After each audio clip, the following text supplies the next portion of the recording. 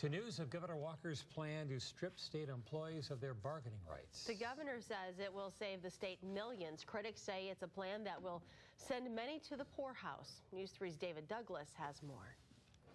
Democracy is messy. Dictatorship is easy. We do not intend to have a dictatorship. The fire around Governor Scott Walker burned hotter at a listening session Sunday as comments about his budget repair bill went from inflammatory to incendiary. And I dare the National Guard to drive the buses and repair the buses and diaper the people in the centers.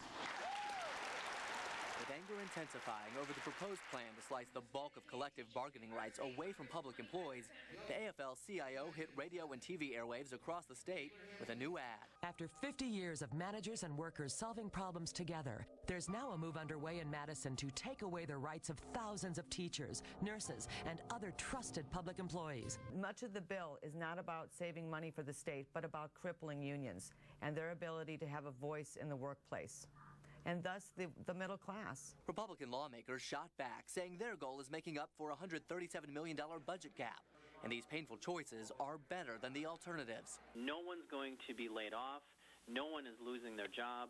And if we don't do this, we're going to have nearly 200,000 kids that are going to be kicked off Badger Care and massive layoffs. Friday, the Wisconsin Club for Growth started running this ad in favor of the legislation. State workers haven't had to sacrifice. They pay next to nothing for their pensions and a fraction of their health care. It's not fair. Assembly Majority Leader Scott Souter defends the aggressive timeline with a vote set on Walker's bill for this week. We don't have time to negotiate. On the average contract takes 15 months to negotiate. We don't have that time. We got to pay the bills. A stance that has public employees worried about paying bills of their own. Governor Walker says that Wisconsin is open for business. I see Wisconsin as closed to the middle class. David Douglas, News 3 this morning.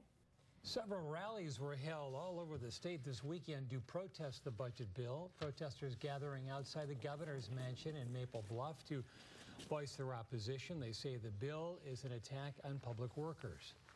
I feel like Scott Walker is assaulting everything that I hold dear in a very short amount of time, and frankly, I'm terrified and I'm angry.